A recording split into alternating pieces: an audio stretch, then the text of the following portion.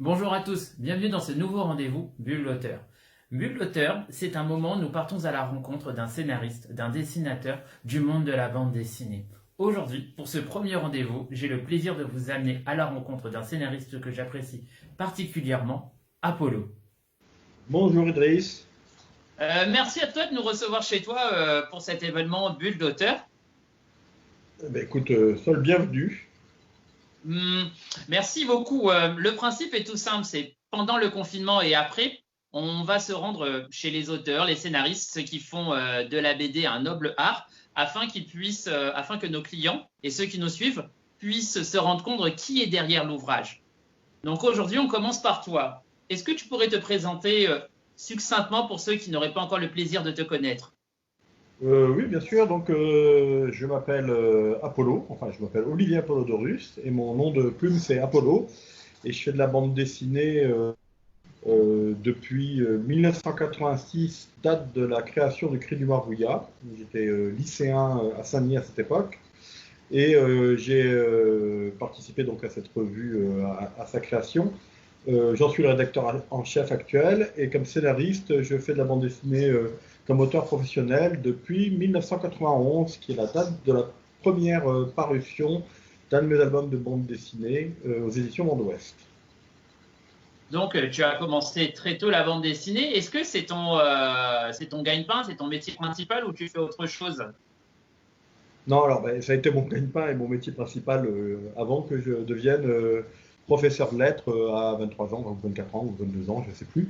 Voilà, c'est mon premier métier en fait, scénariste de bande dessinée. Puis, comme j'ai fait des études de littérature, je suis devenu prof de français en lycée.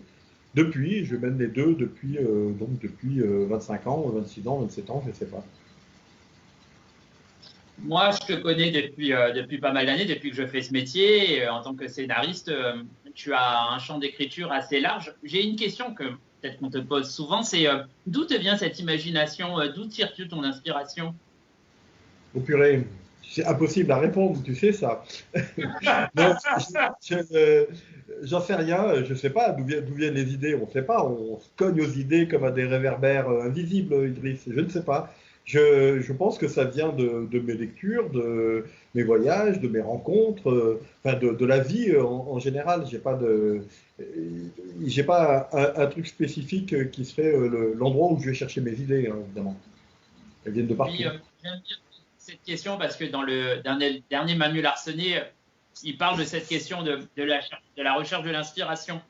Si je te parle d'une œuvre plus précise, d'une de tes dernières sorties, Chronique du Léopard, pour lesquelles tu as été nominé avec TM au Grand Prix d'Angoulême, ça fait quoi d'être nommé en finale de Ligue des Champions?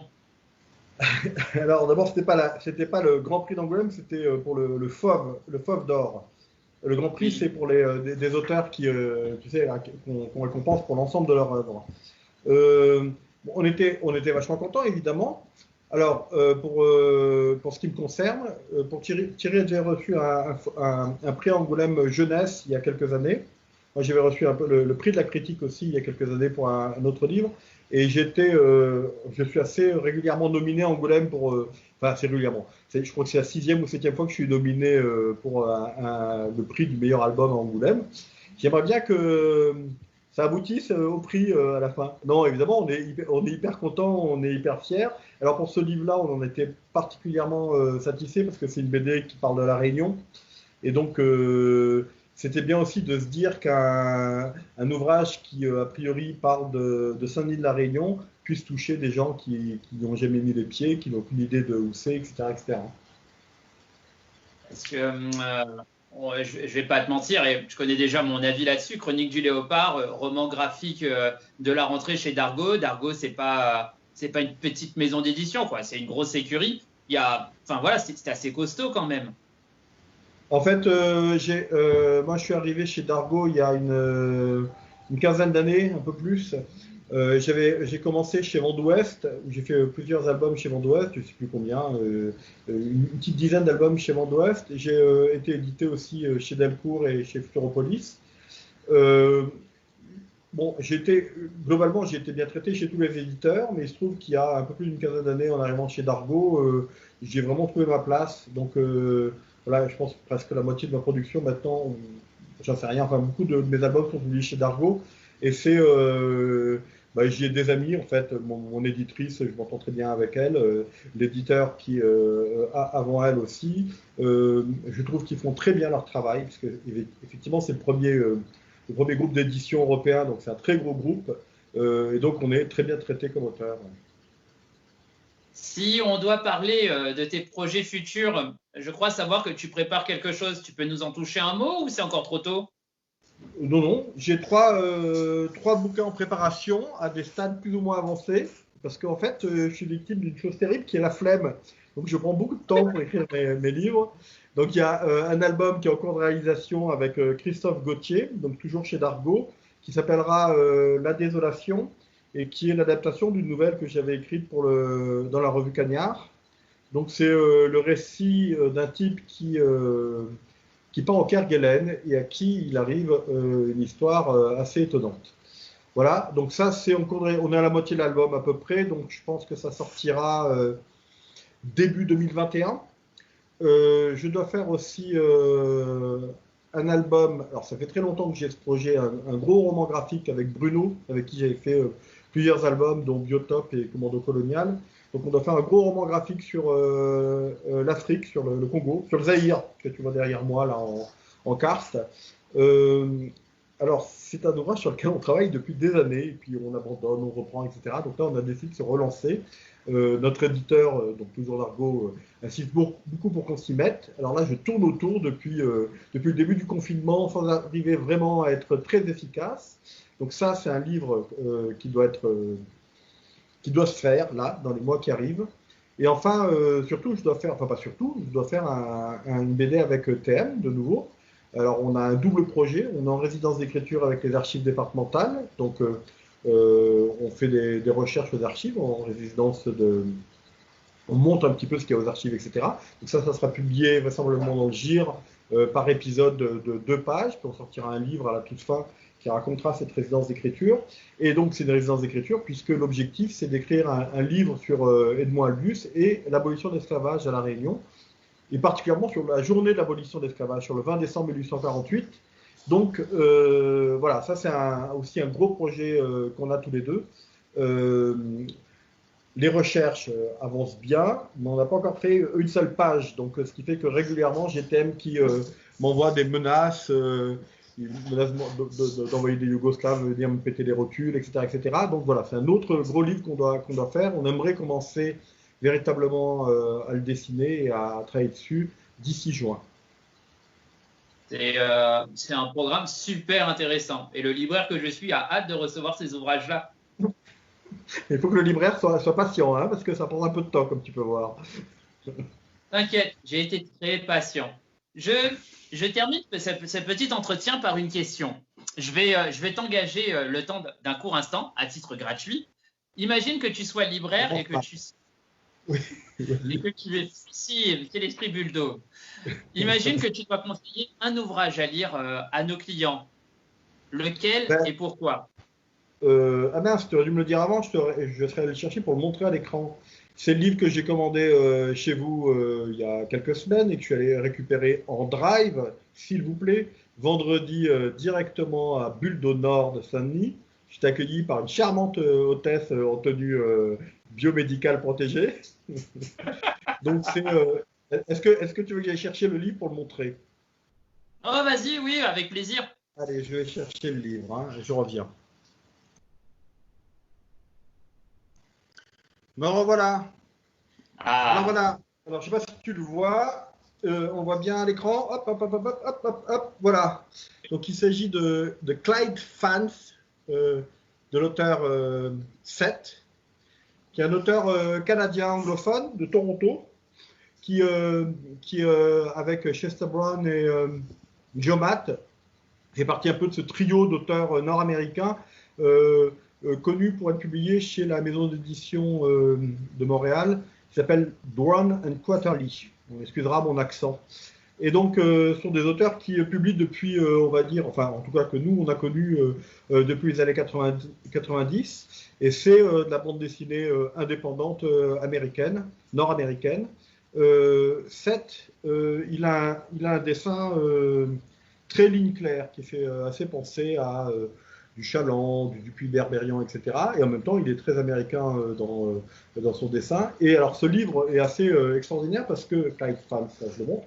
D'abord, c'est un objet qui est très très beau. Pour les bibliophiles, c'est tout à fait satisfaisant. Alors, je ne sais pas si tu vois, c'est un coffret. Hop. Alors, donc, il y a le coffret. Alors, le coffret est méga maquetté avec des fausses pubs des années 50, etc. Le livre lui-même, donc c'est un gros pavé hein, qui fait combien de pages fait ce livre-là.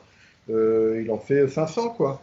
500 pages avec une couverture découpée, s'il te plaît. Hop, voilà comme ça. Et c'est un ouvrage, je montre un peu à quoi ça ressemble dessus. Et c'est un peu l'ouvrage d'une vie de Seth. En fait, ça faisait plusieurs années qu'on n'avait plus de nouvelles de Seth. Euh, Et en fait, c'est parce qu'il travaillait, alors il fait du travail de maquette, etc., etc. Il a maquetté notamment l'intégrale des Peanuts chez Fantagraphics. Mais parce qu'il travaillait sur ce livre-là, donc 500 pages de bande dessinée, c'est extrêmement littéraire. C'est-à-dire qu'il y a beaucoup de voix off, il y a une vraie volonté d'écrire, etc. C'est extrêmement esthétique parce que c'est du design tout le long. Il y a de l'inspiration de Chris Ware dans la conception du livre lui-même et même graphiquement, il y a des cases muettes magnifiques, d'ambiance, etc., etc. Alors j'en suis qu'à la moitié. C'est génial, il a passé, je sais pas, 10 ans de sa vie à faire ce livre-là. L'ouvrage, le livre lui-même, l'objet livre est magnifique. C'est tout à fait passionnant à lire, on s'immerge complètement dedans.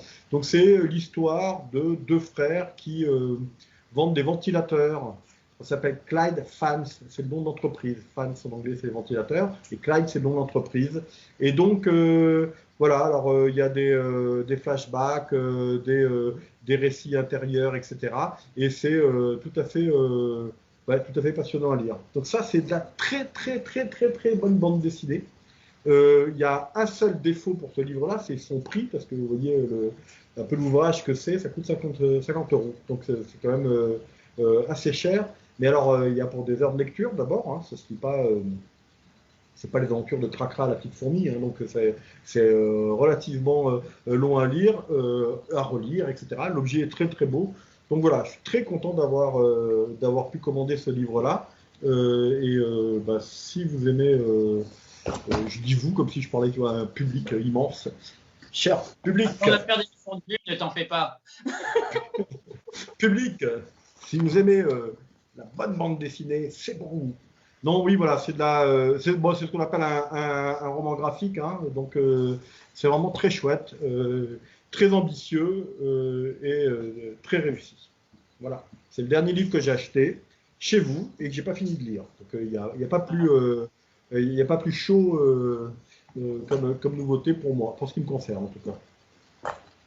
Bien, merci pour ce conseil. Oui, de Et rien. merci pour cet entretien. Merci de t'être prêté au jeu et d'être venu parler un peu avec nous. Ben oui, merci Idriss. Et ben écoute, bon courage pour la suite du confinement. Et puis Merci. porte-toi bien. J'ai vu qu'il y avait beaucoup de petites figurines derrière toi. J'ai une pièce en fait à la maison comme un bureau, mais C'est ta je ne suis pas scénariste, je ne suis pas dessinateur, je suis collectionneur. Est-ce que tu joues avec les petits, voilà, ouais, tu fais tes histoires comme ça. Ça, Hey, je j'en parlerai t'aime. dans une prochaine vidéo. Bon, ben merci. Allez, bonne journée. Merci encore. À Salut. bientôt. Si vous avez envie de découvrir le travail de ces scénaristes de génie, je vous mets ici en image des couvertures de bandes dessinées dont je vous recommande fortement la lecture. Merci à vous d'avoir assisté à ce premier numéro de Bulle l'auteur. Je vous dis bonne soirée et à bientôt.